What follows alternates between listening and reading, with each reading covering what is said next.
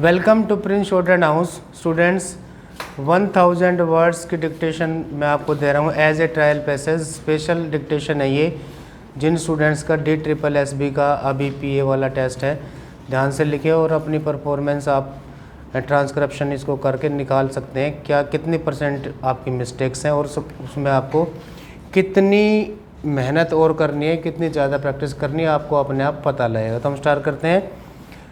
100 words a minute. Be ready. Start. This question, sir, in my humble opinion, should be viewed from a different angle from which it was looked at and discussed here yesterday. It is true that it is correct in principle that the railways, whose entire capital charge is drawn from the general revenues, should be able to make a good contribution to the general revenues, but in applying this principle, care must be exercised. If we are looking at railway systems in advanced countries like the United Kingdom or the United States of America or any such country, this principle no doubt could be applied on all fours. But in a country like India, whether it could be applied is a question that should be considered.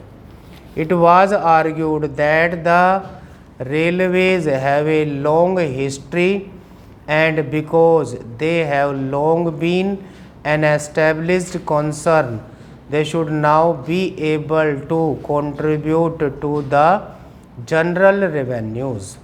Although it is true that the railways are a long established concern, still the circumstances under which the railways were run are not being examined here. The railways, as we all know, before independence were run not on a welfare state basis, but they were run on the system of strategic lines. When the railway lines in India were formed, it was not the question of developing economic resources, it was not the question of linking up industrial centers, it was not the question of linking up the railway system with pilgrim centers or centers of density that prompted the authorities, the private companies, to start the railways in India, but it was the strategic concern of the British government then that prompted these companies to form railways.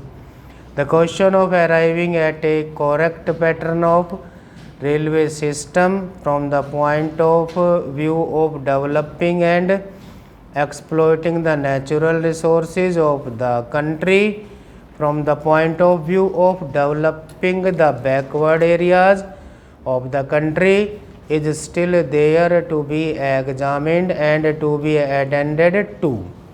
Well, from this point of view, as anybody can see, there is much scope for developing the railways.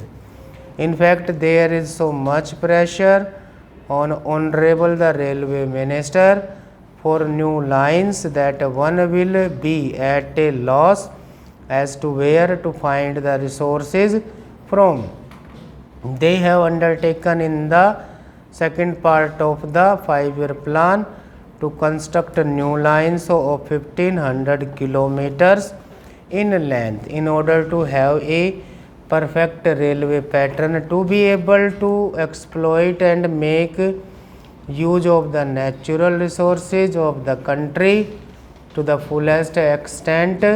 Although we cannot dismantle the railway lines that we have now, still these lines have to be linked up to fulfill that a requisite of exploiting the natural resources.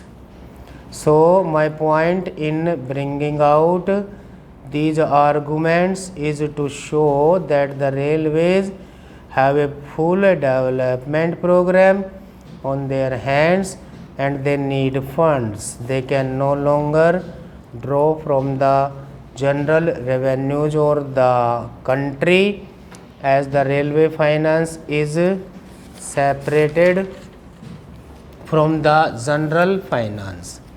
They have to obtain the resources that are required for development either by loan or otherwise. There is the other need also to be examined in this connection, the need of passenger amenities. Both inside these houses of parliament as well as outside, it has been agitated that passenger amenities are required to be given in a larger and larger number. The second class passengers before independence did not get adequate amenities. In fact, the condition of the bogies, the condition of the waiting rooms, the condition of catering facilities and the condition of housing, all these things needed much attention. Although the railways have now taken up the amenities program, and according to the recommendation of the convention committee, we are now embarking rupees 3 crores per annum for this purpose. Still, I think it is totally inadequate. The railway administration has now recognized the fact that greater and greater passenger amenities are to be given, but they are not going on the right lines. I may make this statement clear by saying that they are not following proper lines with regard to the amenities that are to be given. I will take just one example and point out how they fall short of the requirements. Well, the question of providing waiting halls for second class passengers has been a much mooted question, and that naturally gets a top priority in the amenities program. Well, the so-called waiting halls that are now provided are like this. The halls are there. The exit gate from the platform opens into the hall, and the entry gate into the platform opens into the hall, so much so that in fact the hall is only a passage. When people come and go, how can the second class passengers take rest here? That is a question which I have not been able to understand. Secondly, for the passengers who have to wait for a number of hours in these halls, necessary sanitary facilities should be provided. Now, the sanitary arrangements may be inside the platforms where the waiting passengers cannot go. And if they go and commit nuisance outside, the policeman will be there to haul them up and prosecute them under the police regulations for committing nuisance. So it is not imagined that when passengers are required to wait for 10 hours or 12 hours in these waiting halls, they should have some bathroom facilities as we have to first class or for higher class passengers. That thing has not been visualized. Even for our cattle sheds in houses, we have doors and windows. But here, for these second class waiting halls, there is neither a door nor a window nor an enclosure.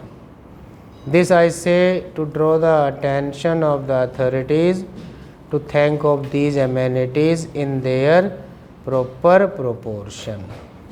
Their estimate of the requirements of funds for these amenities is an underestimate. The needs for increasing the amenities are larger. Stop. Thank you.